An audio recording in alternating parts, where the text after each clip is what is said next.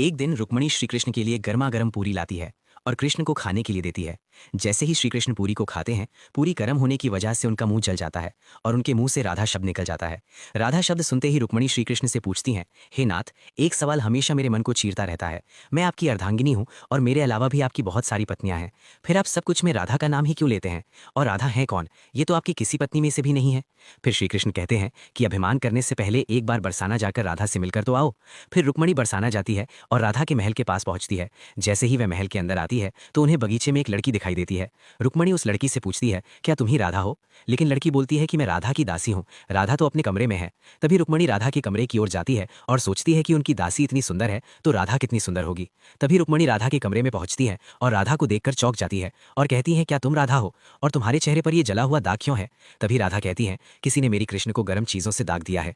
अगर उसे पीड़ा होती है तो मुझे भी उस पीड़ा को सहना पड़ता है, क्योंकि हम दोनों अलग नहीं, हमारे दो शरीर में एक ही प्राण है। अब रुक्मणी जी को समझ में आ गया कि क्यों कृष्णा हमेशा राधा रानी का नाम लेते हैं। अगर आपने भी राधा रानी के दिव्य प्रेम को महसूस किया हो तो लाइक, फॉलो और कमेंट में राधे राधे लिखो। आपकी